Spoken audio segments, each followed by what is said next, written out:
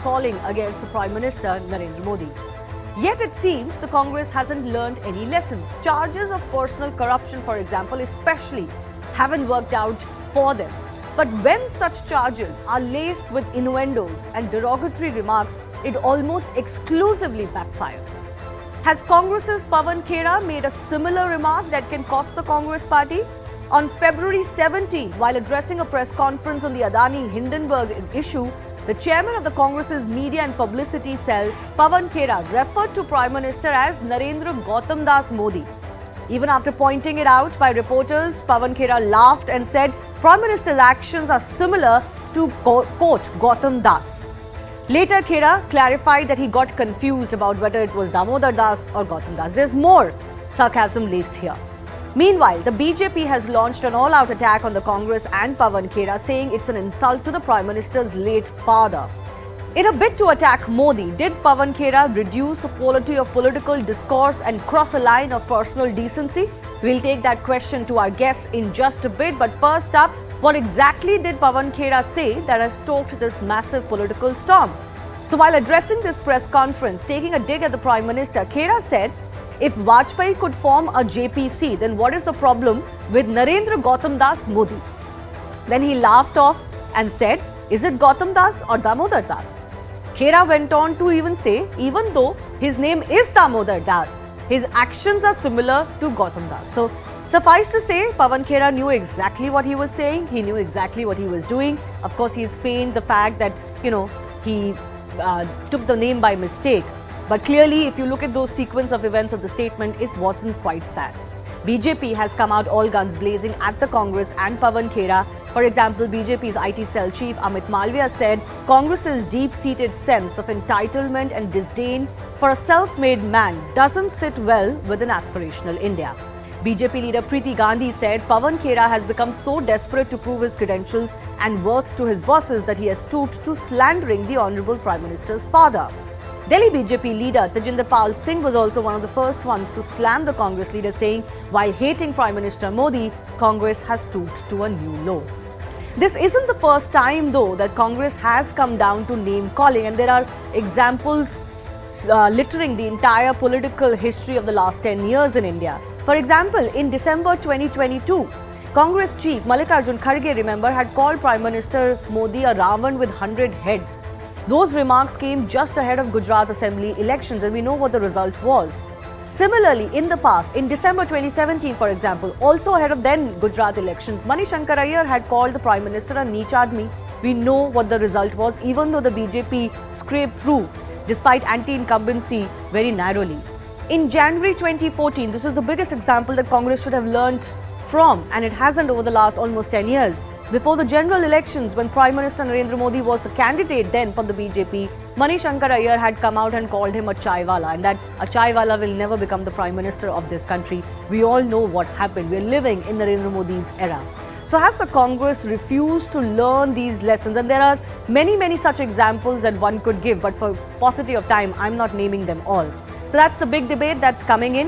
Gautamdas Jibe at Narendra Modi, while making an issue out of the Adani Hindenburg report, did the Congress leader ultimately end up crossing a line?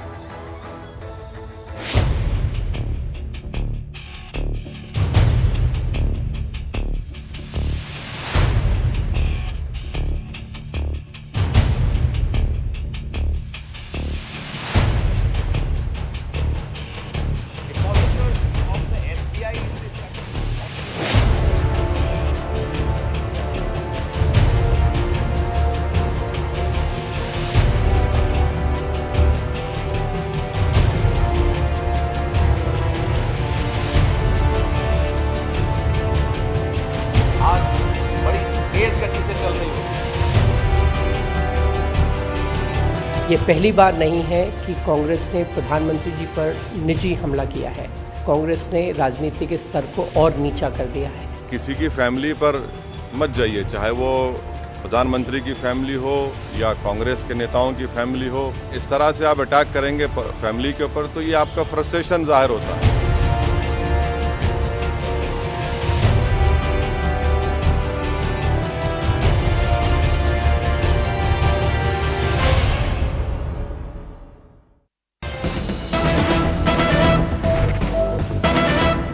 Looks like the BJP is going to raise this vehemently because just a short while ago, Amit Shah, former BJP chief, has slammed the Congress party for insulting Prime Minister Narendra Modi, saying the Congress will get a response in 2024. So he's linking into next elections. Let's listen in.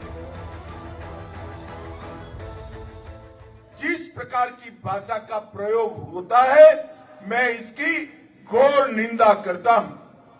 आज ही कांग्रेस के प्रवक्ता ने मोदी जी के लिए जिस प्रकार की भाषा का प्रयोग किया है, मैं तो समझ रहा हूं ये बात कांग्रेस के प्रवक्ता की नहीं है, ये बात कांग्रेस के नेता राहुल गांधी के स्वभाव के अनुकूल है और उनके द्वारा ये बात देश की जनता के सामने की जा रही है।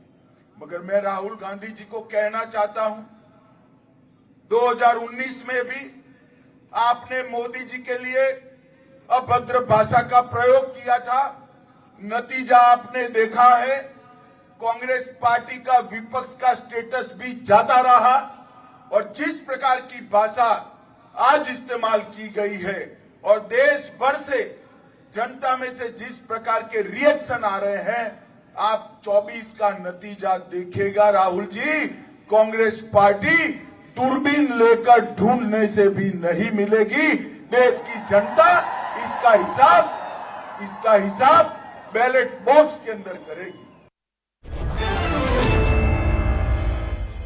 Opening this up to the guests now joining us, RP Singh, BJP National Spokesperson, Radhika Khera from the Congress Party, Ratan Sharda, RSS researcher, author, Suman C. Raman, political analyst, all joining us. I have brief time today, so I request everyone to be succinct as possible.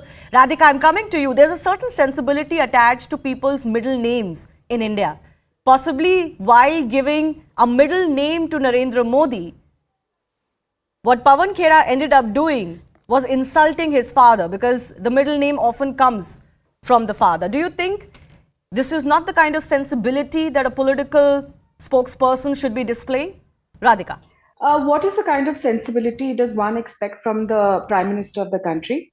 Do you remember the words that the Prime Minister has used for Sonia Gandhi ji, for Rajiv Gandhi ji, for Jawaharlal Nehru ji, and just a few days back in Parliament, when other opposition leaders were questioning him and asking him to speak on Adani, he chose to ignore that question, which is of very, very big importance to the country, because most of his friends have run away from the country by taking away the money of the country.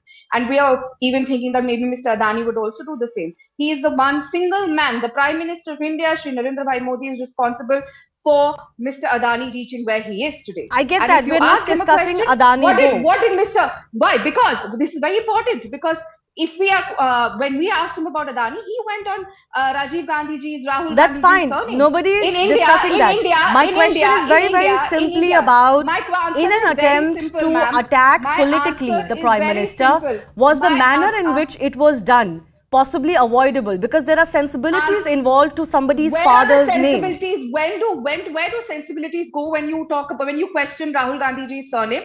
Where did you use your mother's surname or your maternal grandfather's surname? What was the Prime Minister doing? Where did all his sensibilities go then? Where did his sensibilities go when he called the mother of Rahul Gandhi ji a leader of the Parliament of the Congress Party, the Congress president back then, Sonia Gandhi ji, a Jersey cow? Where were all the sensibilities Okay, then? so you're saying that if you dish it out, learn to take it too. But I do remember that the Congress also likes to believe that the Congress is different to the BJP, and Rahul Gandhi's central message is that we stand for love, not for hate. But RP Singh, respond to what Radhika is saying. Let's not forget, just a few weeks ago, Prime Minister did raise the Nehru name, that too in Parliament. How is that okay, but not what Pawan Khera did? Well, before I answer that, let me remind what did their member parliament, one of the leader from Madhya Pradesh, Raja Pateria, said, that he was provoking people to kill the Prime Minister Modi. And some time before that, Sheikh Hussain, another Congress leader, said that Modi will die a dog's death. But this is the language which they use for Prime Minister, such a hatred they have against Prime Minister Modi. This reflects from the DNA of the Congress. But leave that aside. The problem is that Congress doesn't take pride in their lineage. I mean, if they have the pride in their lineage, then No, but why do you raise that question at all? Can I complete? I'm sorry. Why would you raise that question at all about Congress's lineage or the Congress leader's lineage? Why? Can I complete? I was not talking about Congress lineage. I was talking about dynasty lineage. I'm not talking about Congress lineage. I'm talking about dynasty lineage. And I am proud of my father's name. My father's name was Jasbir Singh, so I take my father's name with pride. But do you ever heard about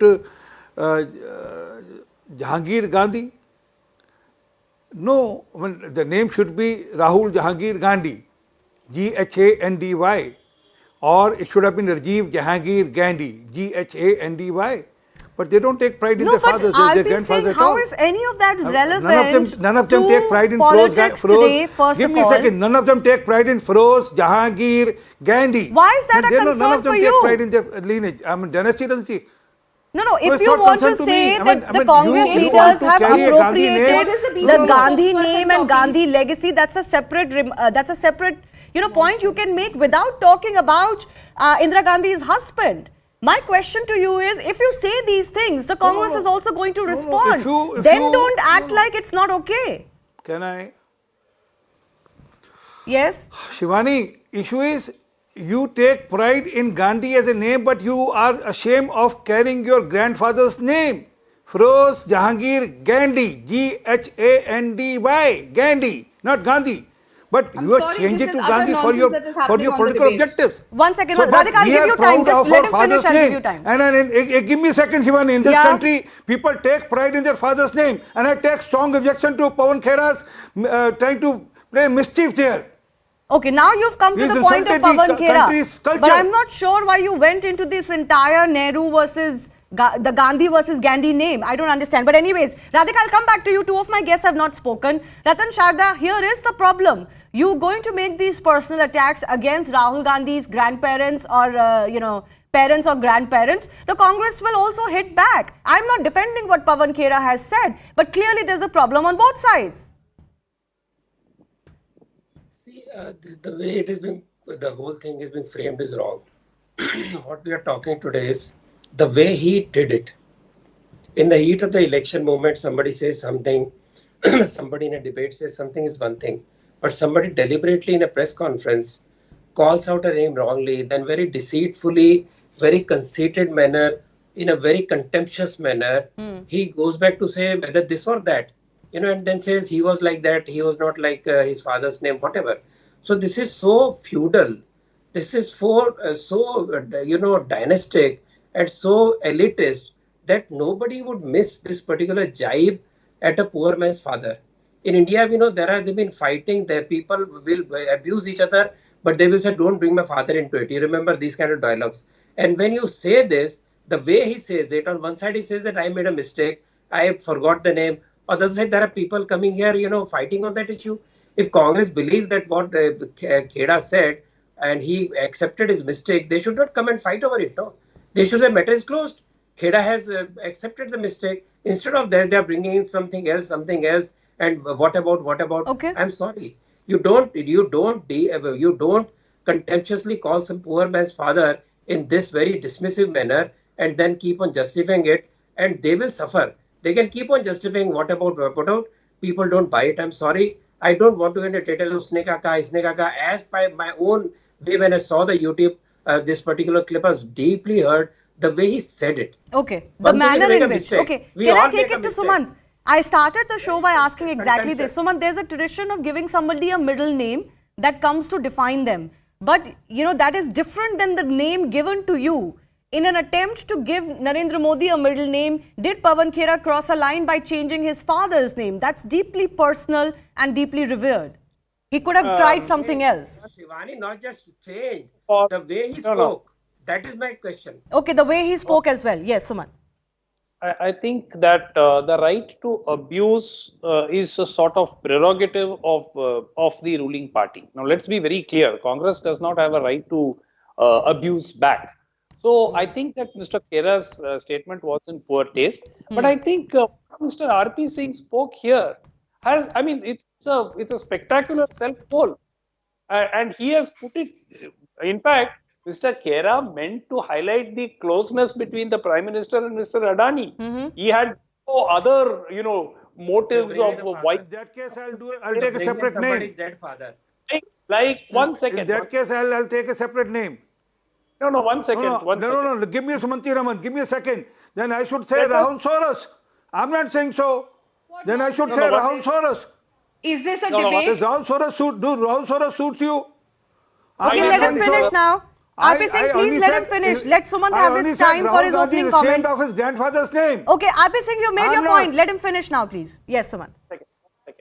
So essentially, let us go into the Rahul Gandhi. Jahangir Gandhi, Feroz Jahangir Gandhi changed his name to Feroz Gandhi. Did he do it or not? Does it figure in the records? Was he called Feroz Gandhi subsequently? And did his children naturally take the Gandhi name? I don't even understand what the problem is. I mean, he changed his name, and for many said that he was inspired by the Mahatma or whatever, or whatever reason. Now he changed his name to Gandhi. No, Suman, that's not my issue of debate here. But that issue has been brought in by the Congress spokesperson. The very fact that it's being equated. Do you believe that's the problem? Because Radhika, it's almost sounding like tit for tat. Because you said this, we are doing this. And this usually doesn't work for the Congress party. The BJP might go and get away with it. But you've got an election coming up. Radhika. First of all, I did not say that it's tit for tat. I was just reminding you, because if we're debating on this, there are 100,000 issues that we should be debating on, ma'am. We should be debating on the Prime Minister's and the Bharatiya Janata Party's silence on Mr. Adani. We should be debating on the ED raids that are happening in Chhattisgarh, that the Bharatiya Janata Party and Mr. Modi is scared of the Congress Party. They're scared after the Bharat Jodo Yatra, and they're scared about the Adhiveshan that is going to happen in Chhattisgarh. Those are the issues. Price rise, unemployment. But we are talking about what about here? No, and we discuss all of those issues too. RP Singh over here is talking on nonsense and using these words. Is he forgetting Congress की विधवा? क्या हमारे देश में महिलाओं के साथ, क्या हमारी संस्कृति में, क्या हिंदू धर्म में, क्या हमारे सनातन धर्म में एक महिला के साथ, एक विधवा के साथ ऐसे आपत्तिजनक शब्द इस्तेमाल करे जाते हैं? कांग्रेस की विधवा, ऐसे शब्द, और आप बार-बार the Prime Minister insults the chair he's sitting in by insulting former Prime Ministers of India, whether it is Jawaharlal Nehru ji Tamaiman again, who is the first Prime Minister of India, or Rajiv Gandhi ji just a couple of years back. I think the central point is that the BJP and cannot... this is continuously happening. No, the BJP cannot be on a high horse on this issue. Yes, RP Singh, I'll give you an opportunity, but Ratan Shada wanted to come in. Very quickly, sir, I have limited time today. They keep on repeating the same thing. Point is, what was the provocation today when you were taking the press conference? Just tell me one reason. What was the provocation for Mr. Khera to bring in this kind of insulting behavior? He was taking a jibe at Narendra Modi over the Adani issue. Provocation. But for the jibe, he should not bring in somebody's father's name, no? He could have said so many things. They have every right. Let's talk about what's happening today. Let's talk about the ED raids. Without any provocation, did he do this? And what stopped you from raising that issue? For raising that issue, do you need to bring in somebody's dead father's name or distort the name? Not required. RP Singh, you've done this in the past. One by one, please. One by one. RP Singh, BJP spokespersons have done this in the past. Prime Minister Narendra Modi himself has made very personal, caustic remarks in the past. So then, why are you complaining? You've got to learn to take it too. Well, when did one demean the father? I mean, it's first time that in the Indian political history, someone is trying to demean someone's father. And also, I mean, I could have said, as I said, I could have said Rahul Soros. No, I'm not doing that. I'm just telling you the actual name of Mr. Feroz. Go to a mental doctor. Jahangir Gandhi, and it's the name which is written on his cemetery. I mean, please go and check there. What is written on his cemetery? It is written Feroz Jahangir Gandhi, not Feroz Gandhi. Okay. So it's up to you to decide. I mean, you are ashamed of your father's name. We are not. You can't say these things. We take father's name with pride. You say these things, then I'm sorry, you don't have the grounds to then complain about somebody else insulting you. These are very deeply personal remarks. Yes, that's what I'm saying. They are ashamed of their lineage. They are ashamed of their parental lineage. We are not. We take pride. Okay, I had got to leave it at that. I don't have time. But, this is just turning out to be a discussion that we didn't really think was going to happen, even in the very toxic atmosphere of Indian politics today. I do thank all of our guests for joining us and see exactly where this goes. Is this the tone that the next general election campaign will take? Slipping into a very short break, on the other side, American sociologist and professor on why global ratings love to bash India. Is there an unholy alliance versus India? Salvatore Babones is in an exclusive conversation with me coming up.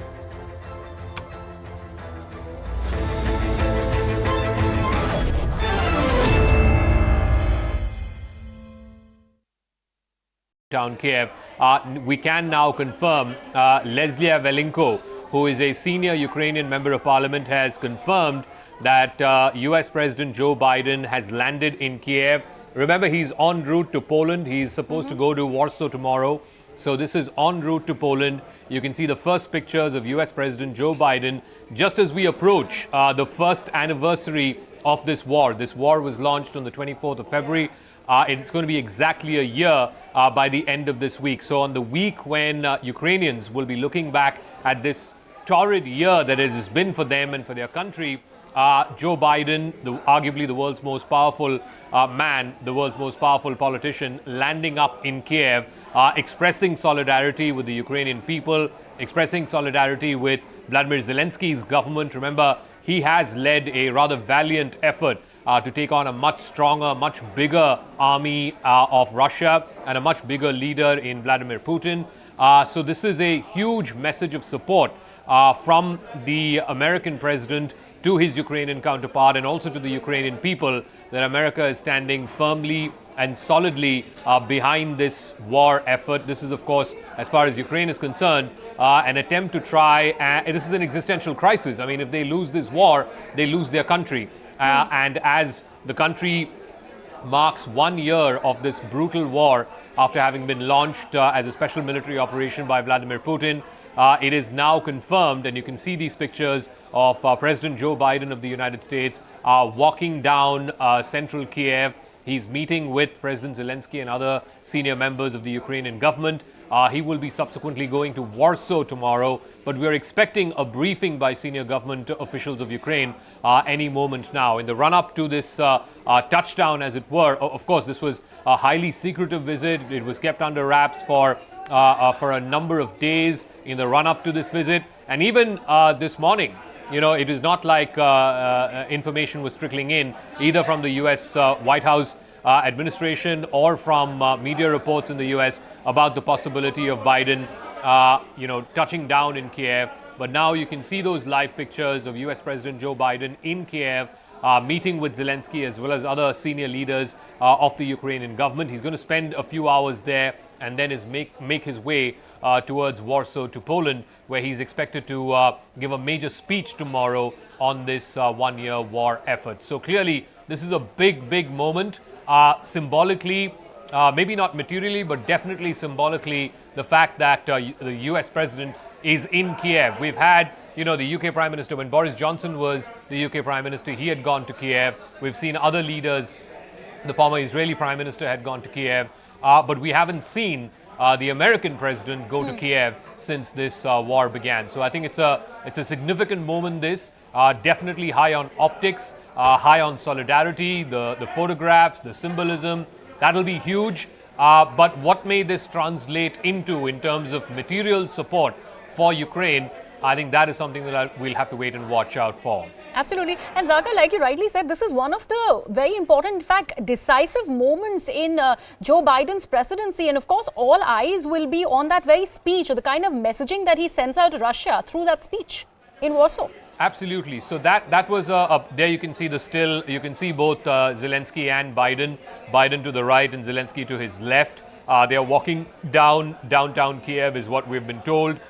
This is a hugely symbolic moment, no doubt about it. Like I said, since this war began, the US president has not touched down in Kiev. He has now. And the fact that this entire visit was supposed to be to Poland tomorrow, he was supposed to make a big speech there in Poland. But en route to Poland, en route to Warsaw, he's now landed in Kiev. And it's a significant, photographic sort of memory, if you will, or a turn in the road as far as this war is concerned, because it's signaling unequivocal support. I think these images will be on the front pages of all newspapers from the New York Times to Washington Post, all websites across the world are going to be carrying this. Television channels like CNN News 18 are reporting this. I think it's hugely powerful on symbolism. Materially, will he make any new announcement of further military aid? Remember, the US is committed to the Abrams tanks. That announcement was made just a few weeks ago. The US alone has contributed close to $50 billion in military and non-military aid to Ukraine since this war began. The Europeans have contributed a substantial number as well. So I think this is going to be, again, read in Western capitals, certainly as a message of solidarity. That's how it's going to be perceived in Kiev as well. But in Moscow, I think Putin is going to be watching this very, very closely as this war grinds into some kind of a stalemate, and people are expecting a spring offensive by Russia. They're expecting an air assault and possibly further ground assaults as well, particularly in eastern Ukraine, where in places like Bakhmut, it seems like the crisis, that this war has ground down into a stalemate. So I think at a time such as this, for Joe Biden to land up in Kiev, be seen side by side with Zelensky, walk down, some of the main streets there, is conveying an absolutely unequivocal message of support and solidarity with Ukraine. And I think this is a significant moment. It's really high on symbolism, and this photograph, like I said, is going to be pasted all across news media outlets around the world.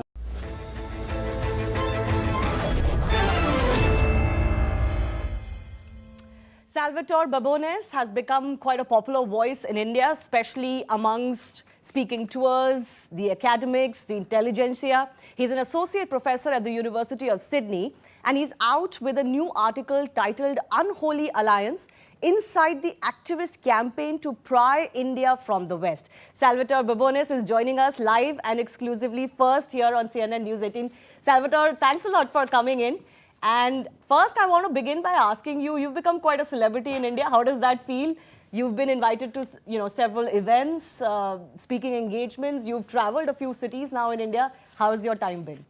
Look, it's been a pleasure, and the best part has been meeting people. Being on TV is a lot of fun, but the best part of it is that because you've been on television, then ordinary people recognize you, want to say hello, want to talk. And for me as a sociologist, it's been invaluable to have just that opportunity to meet people because they think they're familiar with me, they know me somehow, and it really has been wonderful.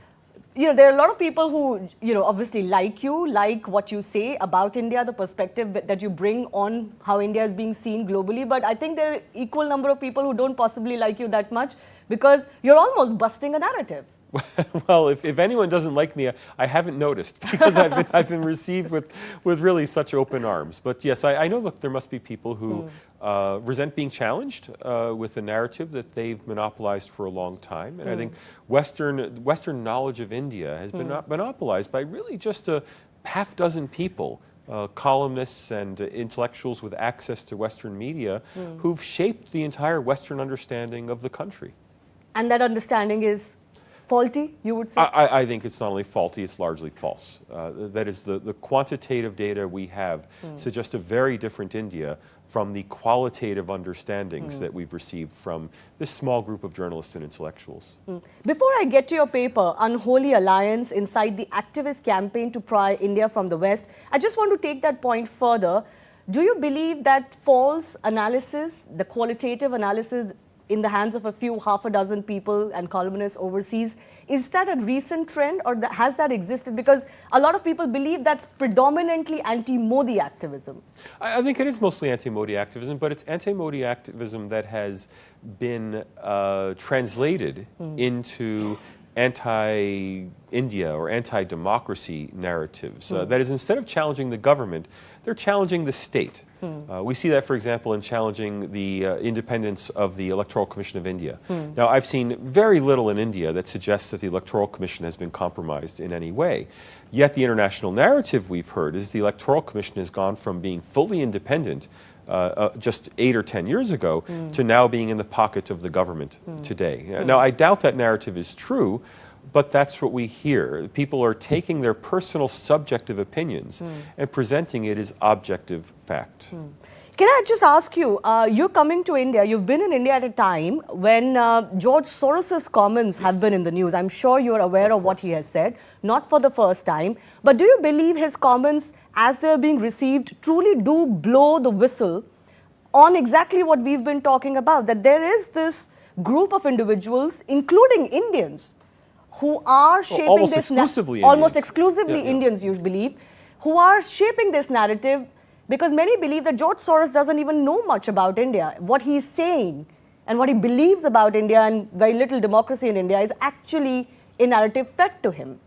Look, I doubt George Soros knows much about Indian democracy, but he does know what he reads in the Washington Post, the New York Times, and the Wall Street Journal, which is then presented as factual accounts of Indian democracy.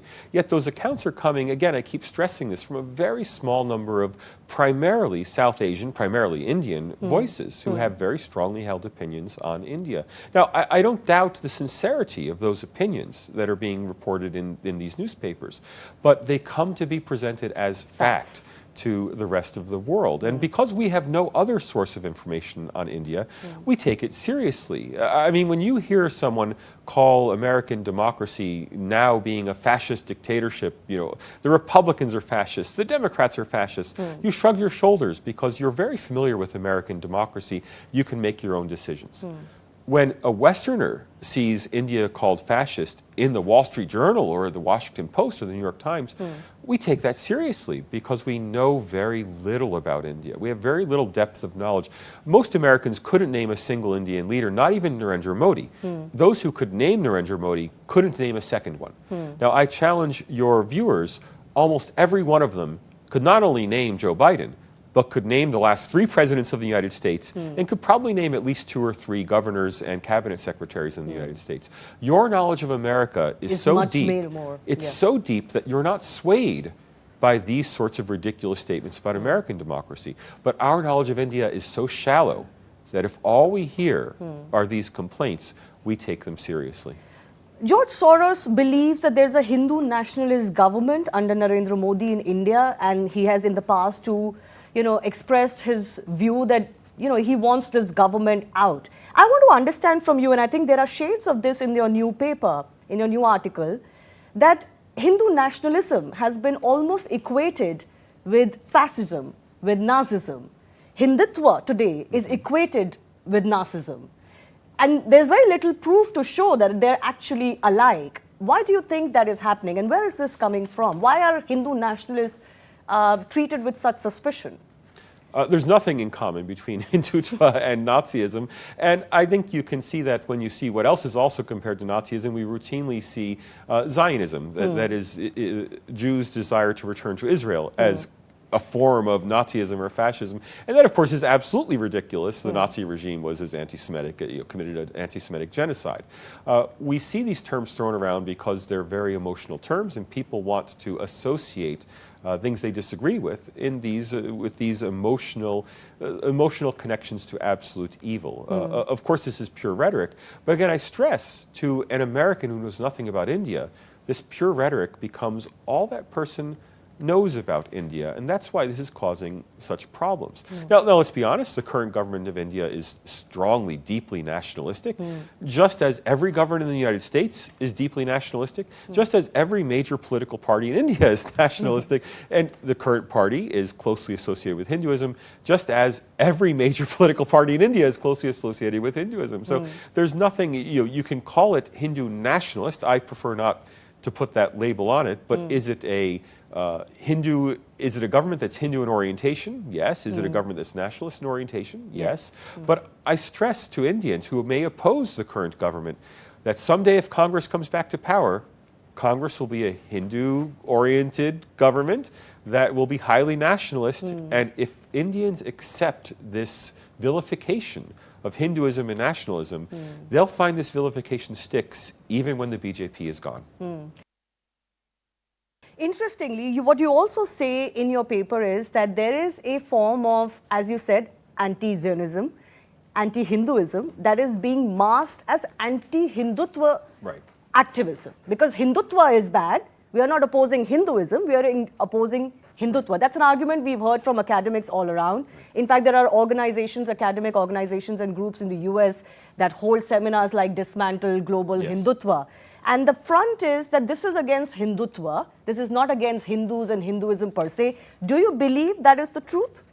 Yeah, we've seen this playbook before. So in Western academia, there's a very strong strain of anti-Semitism. But after World War II, you couldn't be publicly anti-Semitic. So instead, this was translated into anti-Zionism. It's the same people, the same organizations, the same departments of the same universities that used to be openly anti-Semitic. They're now anti-Zionist. Well, now we're seeing those same elite institutions becoming anti-Hindutva. They can't be openly anti-Hindu, but they can be anti-Hindutva. And I think that anti-Hindutva message is simply the polite face of anti-Hinduism. And it's the same playbook as with anti-Zionism. Because you can't tell which anti-Zionists are really anti-Semites, you can say I'm anti-Zionist and get away with it. Because you can't tell which anti-Hindutva activists are really just anti-Hindu, you can say it and get away with it. But I think when you look at it, and you look at the people who are so vehemently anti-Hindutva, and you ask, why are you elite white American professor who has, or elite white British intellectual who have no connection with India, why are you so viscerally anti-Hindutva? And I can only trace it to the historical anti-Hinduism, which we know was historically present. All you have to do is look at the way Winston Churchill talked about Mahatma Gandhi to see this anti-Hinduism, this anti-Hindu bias among the elite upper crust in America and the United Kingdom. Well, they can't say they're anti-Hindu anymore, so they found a new way to say it.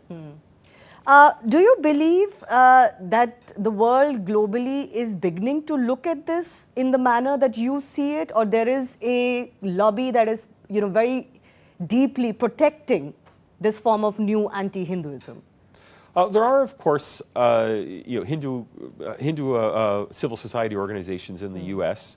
The Coalition of Hindus in North America and the Hindu American Foundation. They're trying to fight these efforts, but I think that they're up against a very strong opponent. Dr. Rajiv Malhotra has written quite a bit about this. They're up against an intellectual establishment that has... जो dog squad था आपके साथ, क्योंकि ये हमारे यहाँ इतनी ठंड नहीं है, वहाँ उनको इतनी ठंड में जाना था, उन सब की हेल्थ कैसी रही? जो डॉग स्क्वाड के लोग हैं, जरा बताएं। आपकी जूली, हनी, उन लोगों ने क्या किया? जैन श्रीमान, मैं कांस्टेबल डॉग एलनर अभय कुमार, मेरे पास डॉग रोमियो है।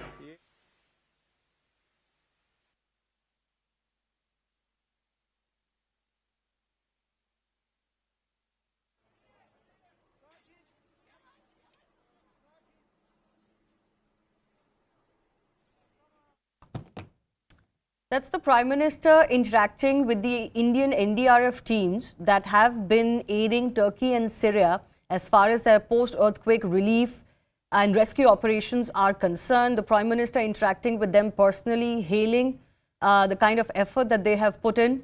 This was, of course, Operation Dost formally for India, and it has been hailed not just, of course, by countries that were hit by those disastrous earthquakes like Syria and Turkey, but also worldwide as well. Despite differences of opinion and cold diplomacy between India and Turkey, for example, India was one of the first countries to send its teams and also relief and rescue material.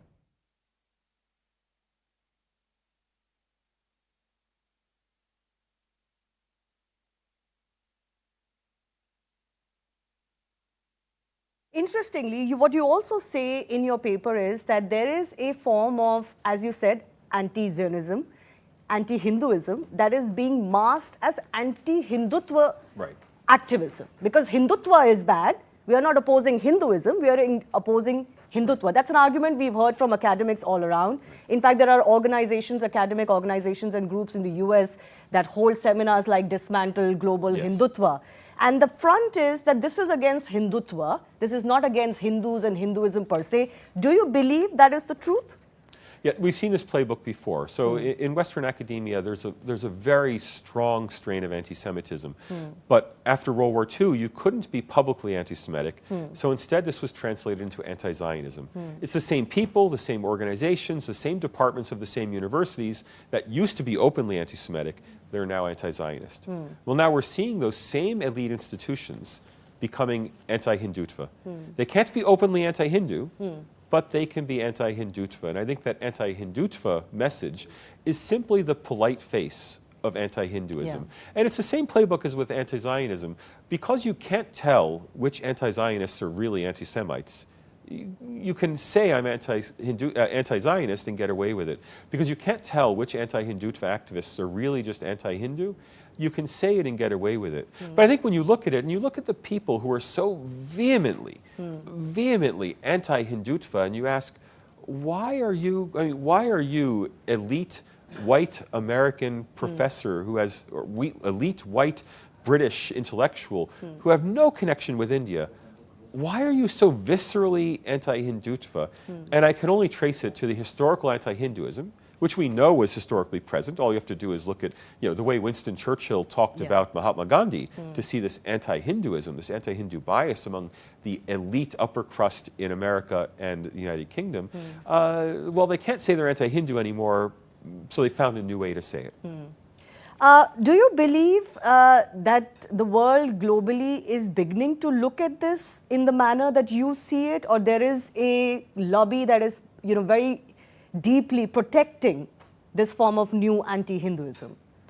There are, of course, Hindu civil society organizations in the U.S., the Coalition of Hindus in North America and the Hindu American Foundation. They're trying to fight these efforts, but I think that they're up against a very strong opponent. Dr. Rajiv Malhotra has written quite a bit about this. They're up against an intellectual establishment that has been viscerally anti-Hindu since the days of colonialism, that is well entrenched, that has access to the top institutions, the top newspapers, the top magazines and journals in American and British society. And it's very difficult to fight this trend in the academy when they have control of the institutions. I mean, I've heard people in India say that the establishment, the famous phrase, they're in government, we control the establishment. I don't know how true that really is in India, but it's very much true of the United States and United Kingdom. No, I think people believe it's pretty much true in India. I mean, the global fight, which is the academia fight, is still very much true in India too, isn't it? That's what controls the narrative still today, and that's also what controls the history, for example. History is a huge battle. I don't know how true it is, but the Oxbridge and Ivy League elite very much control the establishment in the United States and UK. And their views are, the among views many which are of them. not... I won't say every person, obviously not. But among those who have any view of India at all, they seem to be driven by a visceral dislike of Hinduism and just such an inexplicably strong desire to intervene in Indian politics when they have no real stake in the country. Yeah.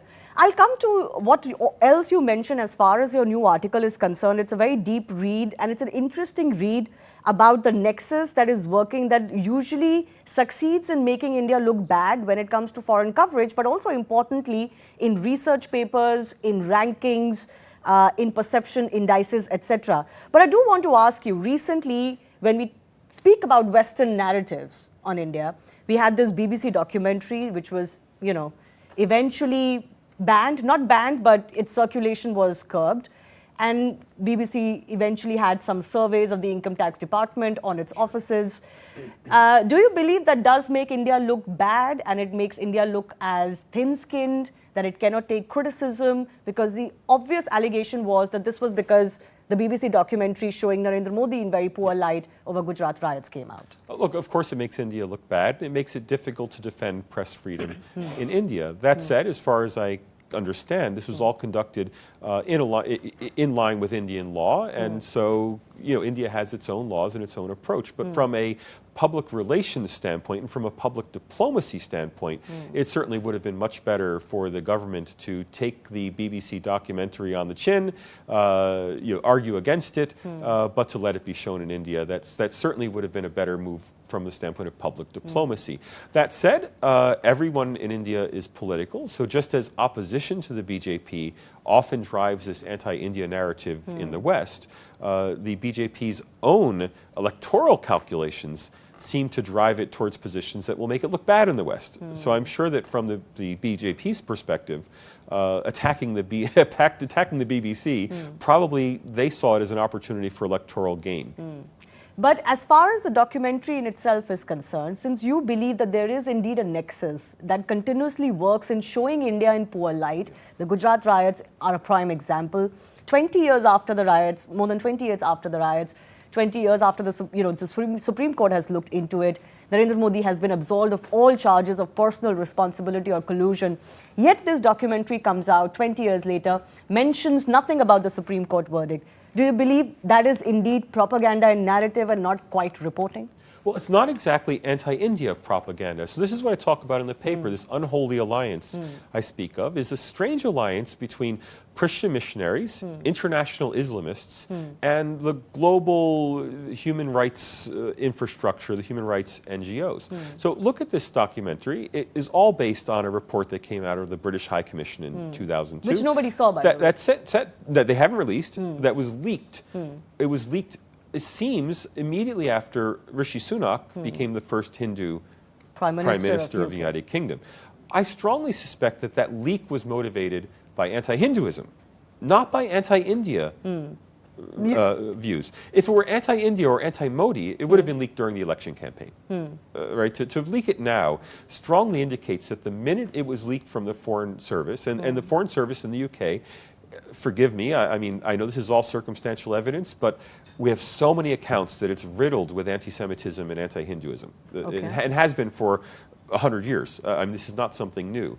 The Foreign Service in the UK, somebody in that organization, when Britain got its first Hindu Prime Minister, decided to leak something that would embarrass its Hindu Prime Minister and hopefully, and I think they were hoping, bring down the government in the UK. Really? You think this was actually targeted pinpointedly at Rishi Sunak? This is not about Modi, it's about Sunak. You have to ask, don't ask why did the BBC make the documentary. Why ask, now? Why did the Foreign Office leak, why did someone in the Foreign Office leak the 2002 report? Okay, what was the motivation of the leaker? No leak, no documentary. Right. Now, given the leak, of course the BBC made a documentary.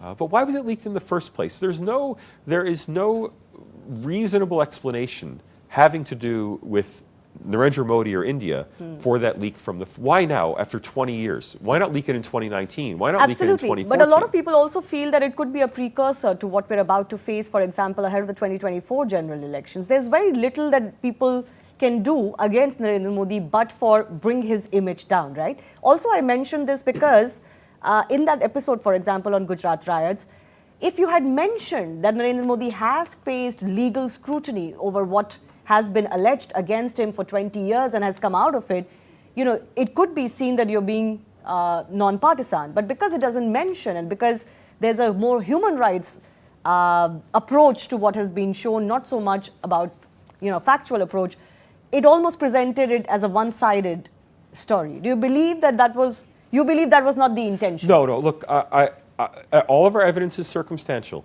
But I think it makes much more rational sense to see the leak of this 2002 report by somebody in the Foreign Office as much more connected to the violence in Leicester, the Hindu-Muslim violence in Leicester in England, and the arrival of a Hindu Prime Minister in England, in the United Kingdom, that this is a much more likely explanation. There's a strong Islamist bent within the Foreign Office in the UK, that Islamists inside the Foreign Office likely leaked this at this point for precisely the reason that this has become an issue in the UK. If it were targeted at India, it would have been leaked in 2014, in 2019, or in 2024. Okay. So in your paper, in your article, you contend that Christian missionary and Islamist pressures are working behind the scenes in some of these reports we see over India. some of these rankings that routinely seem to be very terrible on India and term India as anti-Muslim or, anti-religious freedom or religious expression. Explain that. Why do you believe that there is a nexus behind these rankings? Well, so first let me contextualize it. Genocide Watch, international NGO, rates India one of the 10 most likely countries to experience a genocide in the 2020s. Wow. They claim that there is a 8% chance that there will be a genocide in India in 2023. Now look around you in India. Is there likely to be a genocide? I don't think so. I really don't think so. But this narrative has been built and built and built. And a lot of it has to do with these international religious freedom reports produced by the U.S. State Department and particularly by the U.S. Commission on International Religious Freedom, USCIRF, which puts together these reports on international religious freedom. Now, the reports compiled by the State Department on India focused almost entirely on complaints made by Christian missionaries. Because if you think about it, if a Muslim in India feels she's facing discrimination, is she likely to go to the U.S. State Department to complain? It's likely not. Okay. So of the hundreds of complaints made to the U.S. State Department about repression of religious freedom in India, fewer than 10, single-digit numbers, have to do with Muslims. 800 or more have to do with Christians. Christians, yeah. Okay. And Christian missionaries. It's all missionary related. Yeah. However, when the Pew Research Center did its international religious freedom rankings based on these reports, first, it rated India the worst country in the world. I'm emphasizing that. Worst in the world for social hostility to religion, meaning that people face more communal violence, more religious hostility in India than in Myanmar, which just had a genocide. I mean, the Rohingya were driven out of Myanmar. They're claiming the situation in India is worse than in Myanmar. That's all based on these U.S. State Department reports where all of the complaints are made by missionaries. Yet in their text narrative of their report, they only mention complaints against Muslims. Against Muslims. Yeah. Okay. So they're taking a raw data that says Christians are facing repression in India. They're then writing a report that says India is the worst in the world for religious repression, and it's repression against Muslims. And then that narrative gets taken up. So all of the reports based on this Pew Research Center ranking says Muslims face increasing repression in India. Just look, India's been named worst in the world for repression. Now, we know quantitatively, there's been very good research on this, that anti-Christian violence in India is extremely rare. Okay, and the leading quantitative researcher of this, has said that it's rarer than anti-Semitism in the United States. Okay, so it exists. Despite India's vast population difference. In terms of per capita. Okay. So it exists in India, but it's very rare. So there are churches that have had vandalism on their church doors. We're not denying that. But it's rarer than synagogues in America facing, synagogues in America have been subject every 5 or 10 years to gun attacks. I mean, there's been very serious violence against Jews in the United States. Okay, so we have this situation where we know that violence against Christians is very low in India, yet it's been reported as if it's massive because Christian missionaries in India use the State Department to complain. And then these Christian complaints are used by Islamist organizations and intellectuals who are sympathetic to the Islamist agenda to make it out as if there's going to be a Muslim genocide in India. Thus the strange bedfellows or unholy alliance aspect of the report. You also say that organizations like the Pew Research is not technically anti-India. They don't have any bias against India. They don't have any bias against Hindus, for example, but their methodology is so bad. One is picking up these reports from US State Departments, which obviously have a tone which is more Christian missionary complaints. I don't know why they still base their reports on this. It's so obvious that this is not going to be good data for them. The other is also the way you give points, for example. If Christian missionaries in India face any violence, there is a reason for that, but they will not rate it in the same manner as they would rate, for example, any actual communal crime. You know, the fact that they look at an attack on a Christian missionary in the same way as they would look at any other violence, don't you think even that is problematic? The whole methodology is problematic. Well, there are small problems with methodology, but I don't want to focus on those technical. There are technical problems with the methodology. But we don't have to rely on these primarily qualitative rankings based on reports of journalists and NGOs because we have hard survey data about religious freedom in India. Ironically, it comes from the same Pew Research Center, Yes, but from a different group at the Pew Research Center. And this hard survey data shows us that violence or discrimination against Muslims and Christians in India reported by actual Muslims and Christians in India is very rare.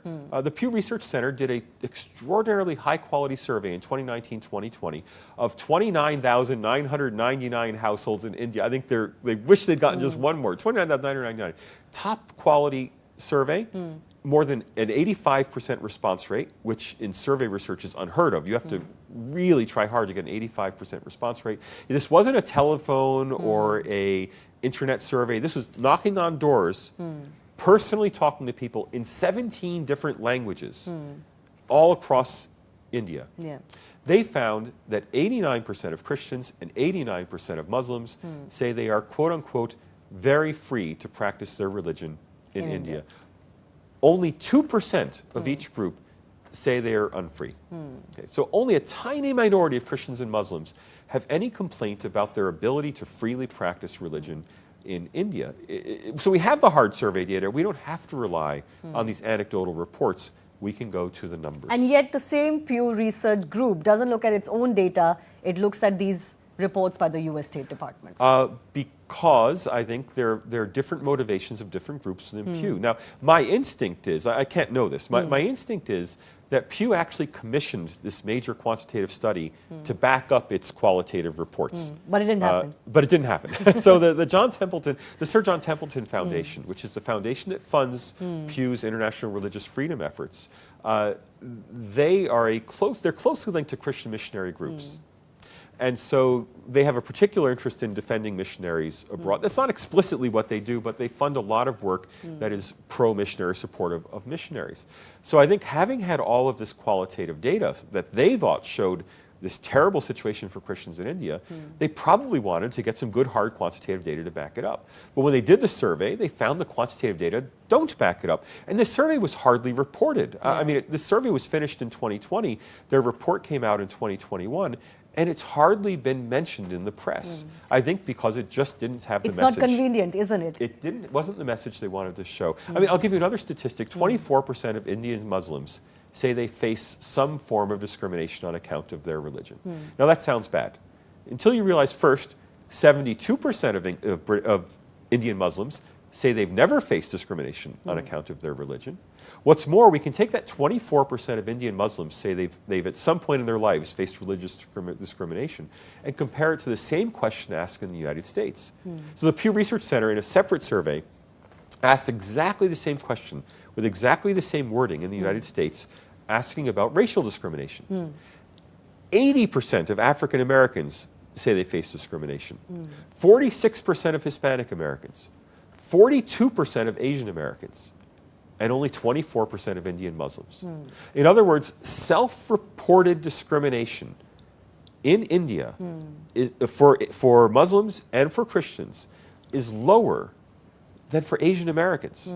So if you want to say that Muslims and Christians are facing discrimination in India, you have to wrestle with the fact that whatever level of discrimination there is, and there certainly is some. I mean, somebody in India, is 1.4 billion people, somebody has faced discrimination. But that level of discrimination, reported by the very people who are dealing with it, is lower than what Indian and Chinese Americans report in the United States. And yet it is projected like, you know, recently there have been hashtags about a genocide in India, for example, that India is so anti-Muslim, that there's so much widespread violence against Muslims that they can't literally live in India without fear. Everyone thinks that India's Muslims are on the verge of a genocide, except India's Muslims. Yeah, exactly.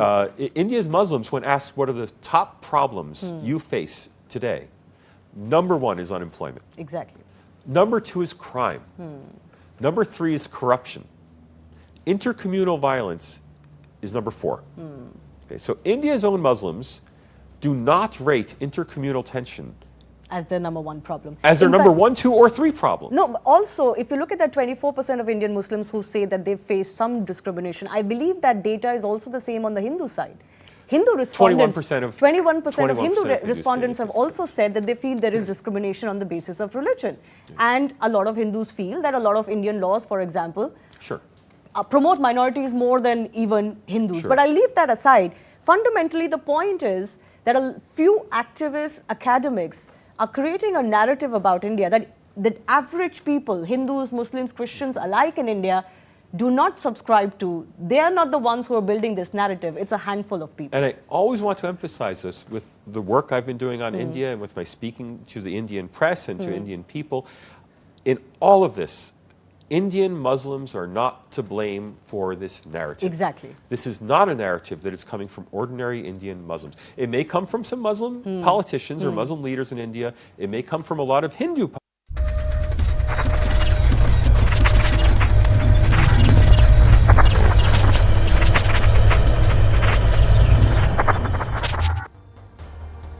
Hello everyone, you're watching News Epicenter with me, Maria Shakil. February 24th, 2022.